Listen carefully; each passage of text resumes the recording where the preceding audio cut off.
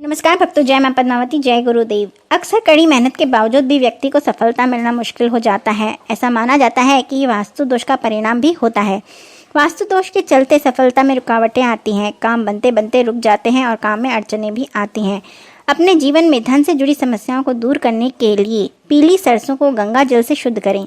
फिर इन सरसों के दानों को कपूर के साथ पीले वस्त्र में बांधकर घर के मुख्य दरवाजे पर टांग दें।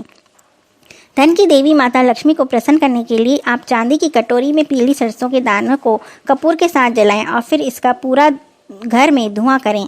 जीवन में धन से बड़ी दिक्कतें दूर होंगी। पीली सरसों का छिड़काव घर के चारों दिशाओं में करते रहने से धन की आवक बढ़ती है और बरकत भी आती है। जीवन में सुख व समृद्धि का आगमन होता है। घर का वातावरण हमेशा सकारात्मक बना रहता है।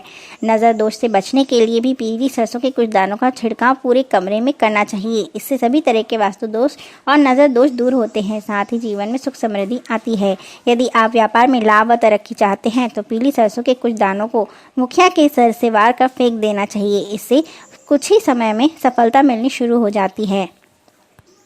अगर आपके बच्चे का पढ़ाई में बिल्कुल भी मन नहीं लगता है तो उसकी जेब में एक फिटकरी का छोटा सा टुकड़ा रख देना चाहिए और रोज़ाना अपने बच्चे के माथे तथा नाभि पर केसर का तिलक लगाना चाहिए। बच्चे की पढ़ाई की प्रति रुचि बढ़ाने के लिए हर गुरुवार को भगवान विष्णु के मंदिर में सामर्थ्य अनुसार बच्चों के हाथ से धार्मिक पुस्तकों का और पेन का दान करना शुभ माना जाता है। यदि बच्चा जिस स्थान पर पढ़ाई करता है वहाँ पर स्टडी टेबल का मुख पूर्व या उत्तर की तरफ होता है तो बच्चे का पढ़ाई में मन ज़्यादा लगता है। इस समय बारिश हो रही है तो आइए बताते हैं पानी से जुड़े कुछ उपाय। यदि जातक लंबे समय से चल रहे रोगों से छुटकारा पाना चाहते हैं तो भगवान शिव का वर्षा के जल से अभिषेक करना चाहिए। ऐसे बीमारी से राहत मिलती है। यदि धन की कमी हो रही है तो किसी बर्तन में बारिश का पानी इकट्ठा कर लें और इस पानी को कुछ देर के लिए धूप में रख दें। फिर इस पानी पे आम के पत्तों से छिड़काव करें। ऐसा करने से माँ लक्ष्मी प्रसन्न होती है। आम के पत्तों को घर के बाहर लगा दें, बंधन द्वार की तरह। अगर कोई जातक कर्ज में डूबा है और कर्ज नहीं चुका पा रहा है तो बारिश का पानी भर लें। फिर दूध डालकर भगवान को इस पानी से स्नान कराएं। धीरे धीरे कर्ज कम होने लगेगा। यदि विवाह में कई बाधाएं आ रही हैं तो गणेश जी का वर्षा के जल से अभिषेक करना चाहिए तो बाधाएं दूर होगी।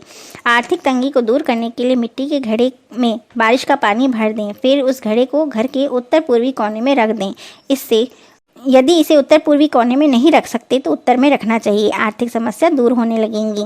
व्यापार में नुकसान होने पर पीतल के बर्तन में बारिश का पानी भर दें। एकादशी के दिन इस जल से माँ लक्ष्मी और विष्णु जी का अभिषेक करना चाहिए। घर में यदि नकारात्मक ऊर्जा का अनुभव हो तो बर्तन में पानी लेकर इसे हनुमान जी के सामने रखें और पूरे सावन में प्रतिदिन 51 हनुमान चालीसा का पाठ करें। फिर इस पानी को घर के सभी हिस्सों में छिड़कें।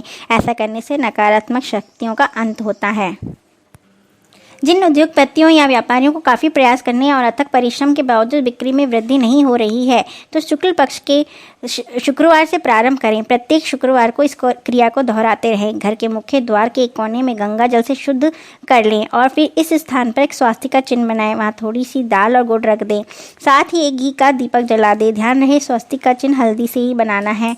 स्वास्तिक बनाने के बाद बार बार उसको देखना नहीं है। इसको करने से प्रभाव शीघ्र ही परिलक्षित होते हैं। हर रोज़ प्रातःकाल नित्य क्रम से निवृत्त होकर स्नानोपरांत तांबे के लोटे में जल भरकर उसमें थोड़ी सी रोली डालकर ओम नमो भगवते वासुदेवाय मंत्र का जाप करते हुए इसे तुलसी के पौधे में चढ़ाना चाहिए। शाम को तुलसी के प्यारे में शुद्ध देसी घी का दीपक जलाना चाहिए तथा ओम नमो भगवते वासुदेवाय मंत्र की 5 माला जप करना चाहिए। इससे कारोबार में वृद्धि होती है, दुकान में बिक्री की वृद्धि होती है तथा ग्राहक आते रहते हैं।